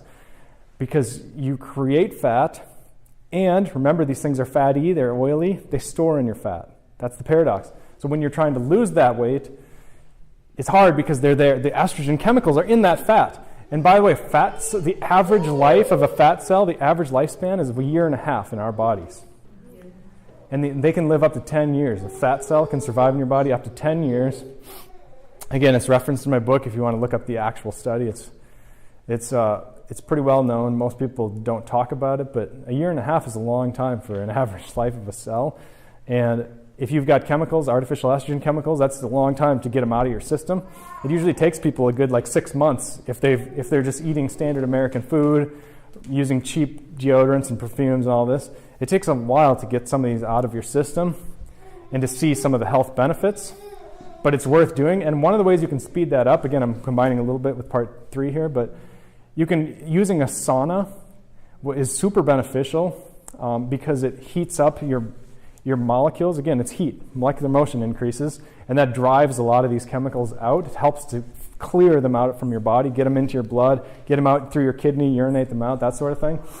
So that's a solution if you really want to speed up the process. But the most important thing is avoid the chemicals to begin with, because if you're doing the sauna and you keep eating the Red 40 or whatever, well, you're just kind of spinning your wheels. But a lot of guys, there's researchers. There's a guy over in Scandinavia. His name is Jari Laukkanen. You don't have to remember that or anything. But Jari Laukkanen has done really good scientific research studies in professional medical journals showing that saunas are not only beneficial for dementia and heart disease and all kinds of other disease, they decrease all-cause mortality. And what that means is dying from anything is decreased by at least 11 minutes a day in a sauna for 4 days a week. That's what he found. So if you wanted a number there, I'm not saying we all have access to sauna, but exercise increases your body heat. Again, the most important thing, you don't necessarily have to go out and try and speed up the process of getting these out of your body. What you should do, though, is try and avoid them to begin with. And just know that it might take a while for your body to get them out. And it's a struggle because they're causing fat, right? So it's hard to get them out because they're telling your body to store that fat. They're telling your body to stay there. So weight gains is the first one that you find with all of these chemicals. It's a connection, right? It's a pattern. The next one, let me think. See, I can't cheat with you guys. I can't say, like, what's the next one on the list? Let me just open my book. So I can think of a bunch of them, but I want to kind of go in the right order, sort of, because they're interconnected a little bit, Sugar also stays in your body like 6. Sugar gets stored as glycogen, yeah. Yeah, you can store sugar. So just one second. Depression I have next. Let me talk about depression. That's next in my book. So depression, big time on the rise. I was doing a podcast in California with a paleo guy named Mark Sisson. He's a big paleo researcher. He sells products called Primal Blueprint, like salad dressings and things. You find them in Whole Foods around the country now. And Mark Sisson was telling me his kid goes to the school there in Malibu. He lives in Malibu on the beach, huge mansion, all this. And all these other people that are living in Malibu, they send their kids to the school there. And just crazy numbers of suicide, crazy, in kids. Like every class has a kid who's committed suicide in this school. And obviously that's a kind of a unique situation where it's more extreme than everywhere else. But there's no question that depression is on the rise. And suicide is one of the ways to quantify that. It's hard to quantify depression because a lot of people don't go to the doctor and tell them they're depressed. And even if they do, it's hard as a scientific researcher to kind of put that together and say this is what's causing it. But suicide definitely increases in birth control users. They did a huge study over hundreds of thousands of people, or at least 100,000. And a significant increase in suicide. That's pretty telling, and you find it with other artificial estrogen chemicals. Again, I mentioned atrazine before, the herbicide. As soon as they started using that in India, spraying it like crazy, and by the way, it's in crazy numbers in their water supply over there. The farming community, suicide went way up. It's still way up. It's a huge concern.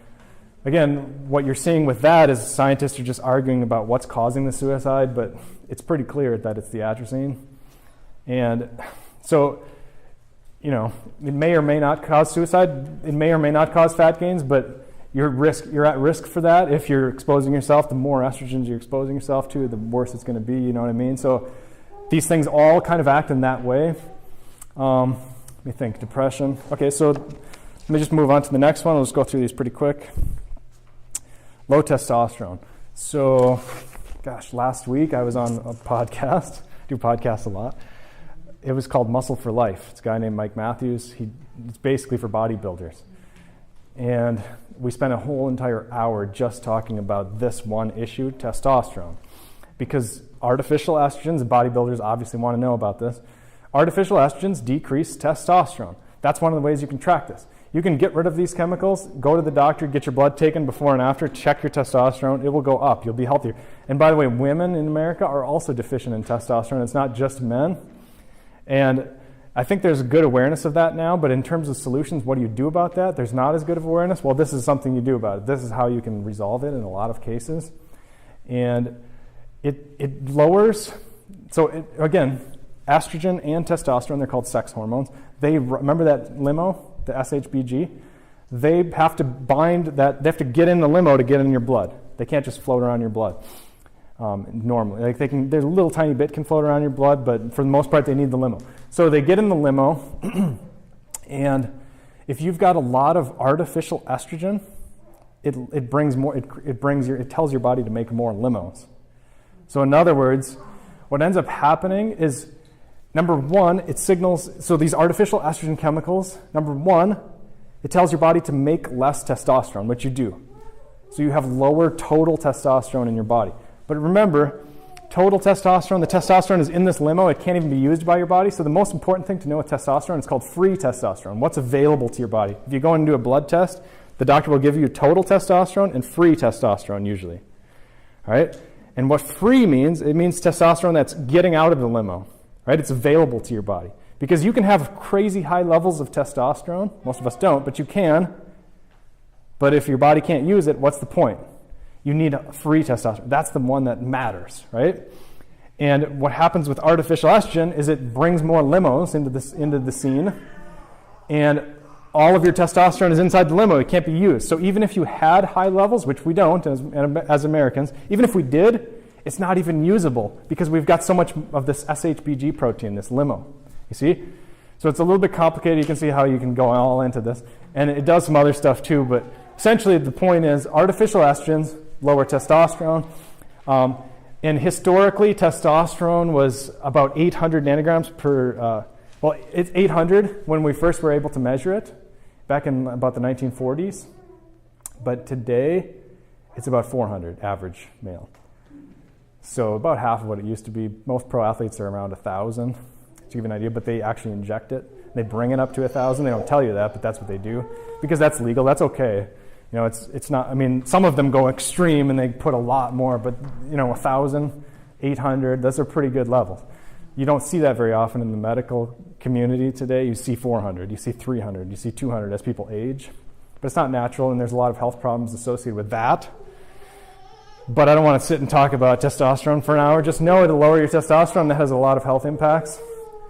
So that's a big one that you see. Connects all these artificial estrogen chemicals. And, yes? Does it have health impacts for us NLP teachers when we're dealing with couples with infertility? Infertility, yeah. Yes. So it's lowering sperm counts? For sure. For example, soy lowers sperm counts by about 50%. Yeah, people that have a lot of soy. Yeah, and you see that again with all of these. They're all, yes. Could you tell me the name again of the podcast, Muscle for Life? It was Dave. Muscle for Life is Mike Matthews. Mike Matthews. Yeah, you should look. In fact, I wrote it. If you want to read about, or if you want to check out this testosterone info, you could just read the article I wrote for him. And he's going to publish that soon. So you search his website too for the art. I just wrote an article for it too. Okay. Yeah, and that podcast, the episode I just did last week is not aired yet, so it'll probably air in like a week or two. So if you search it and it's not there yet, just give it a few weeks. It'll be there. Okay. And the article, he's going to expedite I sent it to him just yesterday or 2 days ago, and he said he was going to publish in a month, but then he said he liked it so much because so many people are interested in this, he said he's going to put it out soon. So testosterone. Any other questions before I just keep plowing along? I'm going pretty fast. Who's the guy with the saunas? Jari Laukkanen. That's one of those you want to just say it into your phone and see how they spell it. Let me try. I think it's Y-A-R-I, I think. Let me just try it. Hang on. Jari Laukkanen sauna. There it is. Okay, it's J-A-R-I. That's how you say Jari over there. And then Laukkanen is L-A-U-K-K-A-N-E-N. It's a strange spelling, but that's just how they do it over there. Jari Laukkanen, really good, interesting stuff. And by the way, the best thing, so Jari Laukkanen does really good research, but it's hard to read the research papers. If you want kind of a good summary of his work on saunas, if you really want to read about saunas, you should look up Rhonda Patrick. Look up Rhonda Patrick. She has a podcast. She's a scientist. She's a PhD. Look up her name and the word sauna. And she's got a podcast called Found My Fitness. And she simplifies it for you. Gives you all the numbers, makes it super easy to understand. Does a nice job. Question? Can you just ask your doctor, or can your husband ask your doctor to get tested for the testosterone and free testosterone if they're not like a natural doctor? Yeah. I did. Sometimes insurance doesn't cover it, depending on how your health is. So it depends if you've got low energy and some of these other things. If you go in there and you say, I've got some of these health issues. But yeah, you can definitely ask your doctor, and they definitely will do it. It's a pretty standard test. But every once in a while, you find doctors that only measure total testosterone, and that's not really useful. Because think about it. Again, like I said, I guess, if you have really high levels, but you've got a lot of that limo, you've got a lot of this protein sticking to it, it can't even be used by your body. But the problem with artificial estrogen, they lower that total too. They lower everything, every aspect of it.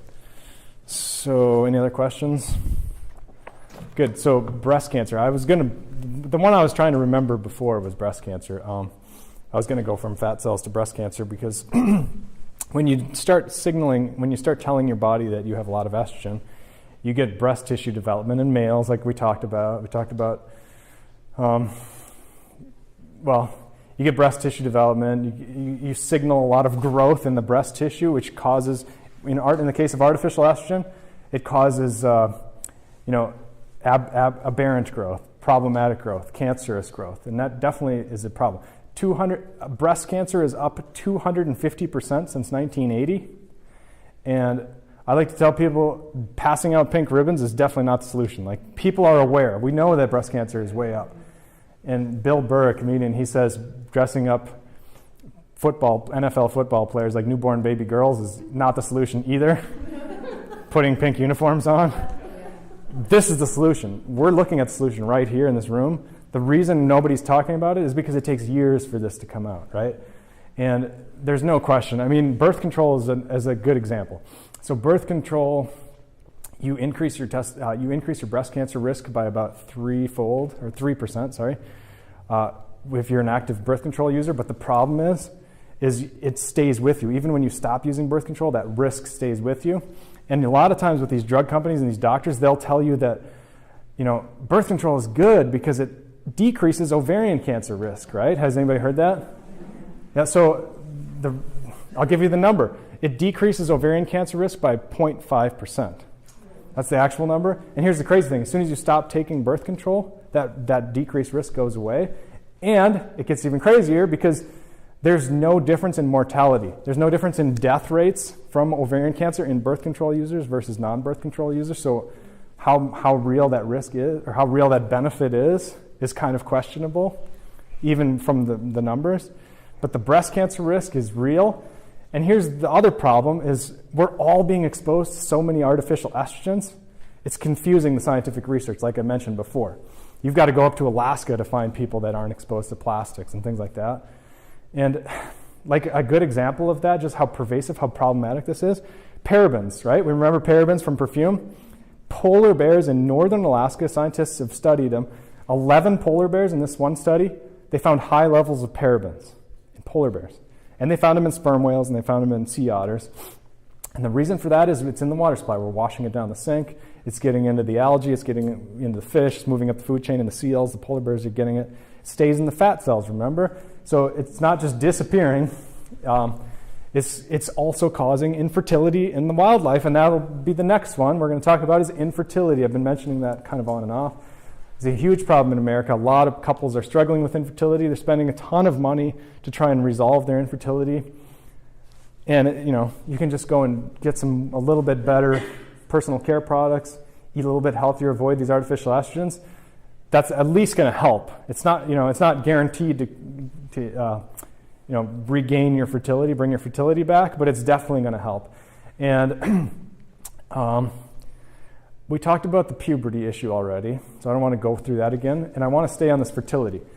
So the really interesting thing about fertility, I guess cancer too, and obesity, the interesting thing about all those is something called epigenetics. And epigenetics is what I really spend a lot of time talking about because it's such a new field, a new area. And it's EPI genetics, GENETICS. Epigenetics. And what that is, and what that means, is it literally just means marks on top of your DNA. So we all know about DNA. And pretty soon, in 20 years, we're all going to know about epigenetics because it's becoming a really valuable topic in science. It's a really useful tool. So what happens, of course, we have DNA. We can pass that on to future generations, right? Our DNA gets passed on. Now, epigenetics are marks on top of the DNA, and the interesting thing about that is that can get passed on. And let me give you an example so you understand this. So if you play music, how many people in here play music? Yeah, so you know what the staff looks like, right? You've got the lines, and then you've got black dots. Everybody probably knows that. You use black dots on the staff. And let's say you have Mary Had a Little Lamb. You've got just one note. Super simple. That's your DNA. I can give that page of music to you, and you can play it. I can give it to you. You can play it. It's the same thing. It's the code, right? And that's the DNA. That gets passed on. It's easy. But think about if you put chords on top of that song, on top of those notes. So you've got, instead of just single notes, now you've got multiple notes on top. So the song is the same. It's still Mary Had a Little Lamb, but it's more complex. That's epigenetics. That's the marks on top of your DNA. You can still pass that to somebody else, and they can still play Mary Had a Little Lamb, but it's more complex, right? It's more beautiful. But here's the crazy thing. Those marks on top of that, they can change. That's why it's interesting to cutting-edge researchers, because you can change your diet and change those marks, your epigenetic marks, rapidly. You know, everybody's talking about DNA. Oh, it takes thousands of years for your DNA to change, whatever. But think about epigenetics. The way it was discovered was because of the Nazis in something called the Dutch Hunger Winter in about 1940. They had, obviously, a shortage of food, Dutch famine, Hunger Winter. And it was exactly 1 year. The Nazis came in the Netherlands. Exactly 1 year there was a famine. And obviously, again, the pregnant women, the women that were pregnant during that 1 year before the Nazis were booted out, they had smaller babies, lighter babies, you know, the whole thing. The babies obviously were smaller. They had less nutrition during the famine. That was expected. That wasn't a surprise. What was a surprise was recently the children of those children are also smaller, lighter, all that, the same type of thing. Now that doesn't make sense based on genetics because that shouldn't be passed on. You know, blue eyes makes sense. Passing on blue eyes, that makes sense. But how can you pass on something like being smaller and lighter? Doesn't make any sense. So they've discovered that it was passed on through this epigenetics, through marks on top of the DNA. So it's not just an environmental thing, it's literally marks. So what's the reason that's important, especially in terms of what we're talking about, is estrogen, the way it works, it binds a receptor and it gets taken into your cell, whether it's a brain cell, whether it causes depression, whether it's a fat cell, causes weight gain. It gets taken into the cell and it literally acts directly on your DNA. That's how estrogen works. That's how these sex hormones, that's how testosterone works too. It literally sticks to your DNA and makes changes. So that's why you get so many changes, because it changes the way your DNA works, and it changes the marks on the DNA. So it makes sense that it would change epigenetics because it's right there on the DNA. A lot of things in your cell, remember, there's a cell wall, and then there's a nucleus inside of a cell, and that nucleus has its own membrane. Just think of like a pillowcase around it. So you got your cell, you got a whole pillowcase around your cell, then you got like a little tiny pillowcase, and that's the DNA inside of that. A lot of things don't get into that nucleus and mess with the DNA. Estrogen does, testosterone does. So when you start messing with the estrogen, you're messing with your DNA. And it gets passed to future generations. And the reason that's important is because we see that now. We see BPA, for example, with fish, and you can expose them, and their future generations, the offspring, actually become less fertile. So there's a lot at stake here. And the real crazy thing to me is that they did this study with fish I mentioned, and they tested BPA and birth control, super low dose, and they showed that they just did one exposure to the female fish, the pregnant fish, or the mother fish, if you will, the first generation. One exposure, cleared out that water, put fresh water, and then watched the fertility, and it decreased in the first generation and the second generation and the third generation. And all of those future generations were clear water, or purified water. So just from that one exposure, and again, fish are sitting in it, so it doesn't reflect perfectly on human studies, but just from that one exposure, fertility was decreasing. And since that study, That was just a few years ago, and of course you maybe even heard about that study in the news, but most people don't. But since then, now we're seeing that fat, like obese, you can be a skinny person, at least a skinny animal, because it's an animal study. It's hard to study generations with humans, right? And that's one of the reasons oftentimes we're not hearing about this, because it's going to take 50 years or whatever to get the next generations out. But don't wait that long, because we have the animal research, and we know it's acting on the DNA, and we know it's changing the marks in the DNA from a scientific research perspective. So with the animals, we can see mice that are skinny being exposed to these chemicals and passing obesity on. So actually passing on the disposition to gain weight even when the diet is the same. A good example is that is atrazine. So they had two groups of rats, exact same diet, exact same exercise, exact same everything, except the one group had low dose atrazine in the drinking water. And the reason I emphasize low dose is because that's what we're getting. And that group got fat. And of course, like I said, you pass that on to other generations. So it was causing those rats to become fat, yes, but it also becomes an issue in the future generations. And that becomes a real frustrating thing for people, because, if their parents were getting a bunch of chemical exposures and exposing them, right, and then giving them a disposition for all these health problems we're talking about, then how do you resolve that? Well, you do the best you can. And I mean, there's ways to kind of, lose weight, get rid of the artificial estrogens and everything, but it can be an uphill battle, for the rest of your life in some cases. And there's a really specific chemical called diethylstilbestrol, DES. I don't know if anybody's heard of DES babies, but they were developing that drug as it's an artificial estrogen. It was designed to mimic estrogen and eliminate morning sickness, and they were prescribing it like crazy, but it caused a ton of fertility issues in the future generations, which of course took them a long time to figure out. And it also causes other problems. Again, not every problem with artificial estrogen is always the same, but the ones I just mentioned, that's a pattern. You see that in those ones. Like, for example, with red food coloring, you see the attention deficit disorder go up, but you don't see that with most of the other estrogen chemicals, so I don't think that's an estrogen issue. I think that's a red food dye issue. And they all have some other unique health problems, but those are the main ones. And again, I go through that in my book. So the solutions, I mean, maybe we can open up to questions. I know you have a question you're sitting on. and Yeah, like you forgetting. oh yeah. yeah. But I got it, yeah. The reversing the epigenetics, you said Yeah. it can be reversed? It can definitely. How? I don't know. So for example, if you're deficient in B vitamins, which a lot of people are, some people are, not a lot, but if you're deficient in B vitamins, you see your epigenetics change. It's a fingerprint, we call it.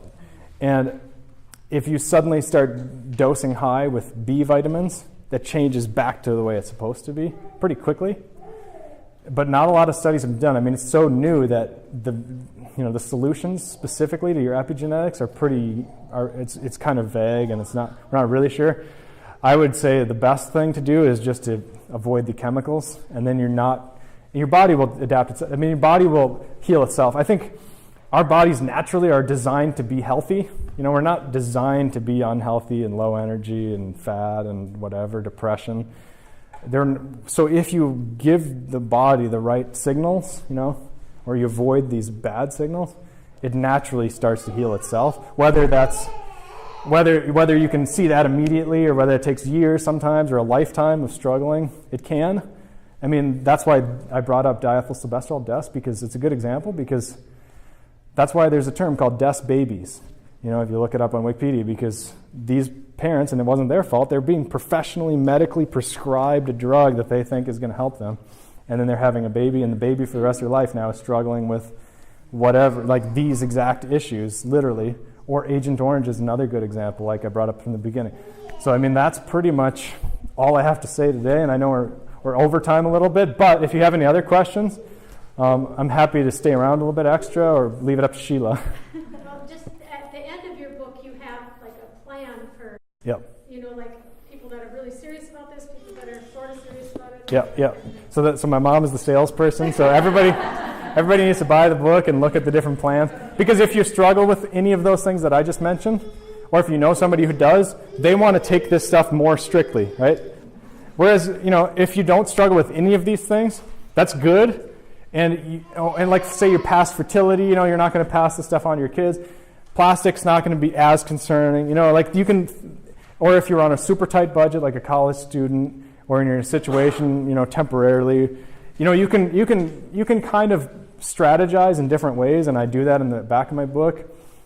And I mean, like for example, you don't have to go too crazy, and you can really improve your health. It's not that difficult to do the water filtering to avoid a lot of these. It's not like you have to eat soy, So yes. Thank you for enlightening me and whatever, but I think the biggest thing with the future generations is education too. Like Yeah. letting them know about the red dye and Yep. the. I know, because the government's not. Yeah. Yeah. I think that's part of changing that. I know. And I'm doing a book on epigenetics right now. And because what's really interesting about it, I think we're going to discover that like how we move changes our epigenetics for future. Like if we're slumping like this, our children are more prone to slumping, even if it's not in the DNA. I mean, I have a suspicion that there's a lot more to that than we realize, and how we're how we're sleeping at night, and how we're eating, obviously. So I'm trying to simplify that for people and what's out there right now, but I agree, like it's an educational thing. It's gonna. Tell us your upcoming books, because you're working. Yeah, I'm working on 3, but I don't usually like to tell that because it's overwhelming. The next one. So I'm not sure if I'm going to publish the next one on I'm in the process of a couple, but epigenetics is definitely one. But the one I'll probably publish next is called Blubber Brain. It's about good fats and cholesterol and LDL and HDL, because there's a lot of government influence, a lot of confusion on that whole topic. This idea that fats is bad is ridiculous, but you do need to know what fats to eat and what's good. And there's a lot of people out there now spreading the message, but a lot of them are kind of false prophets. Like some people don't really know what they're talking about. Some of them do too. So that's why I need to get a book, I think, to help people to kind of cut through what really is the truth on that. Because I consider there's good fats, there's neutral fats, and then there's bad fats. And a lot of the fats we eat are neutral, so they can be stored as fat. They're not necessarily unhealthy, but they're not healthy either. But a lot of people are saying like those neutral fats are bad fats or good fats, and there's a lot of confusion. And how that affects your brain is super important, because 1/3 of your brain is made of DHA, that's a fat. And like from here down, you almost have no DHA. But from here up, it's a ton of DHA. And a lot of children, like you want to be supplementing DHA and make sure or eat fish like Minnesotans do with the fishing. But, and then cholesterol, a huge amount of your brain is cholesterol. So it's kind of focusing on the brain, blubber brain. That's probably the biggest one. Thank you. I'd like to thank Dr. J. Thank you so much Thanks. for coming today. Thanks.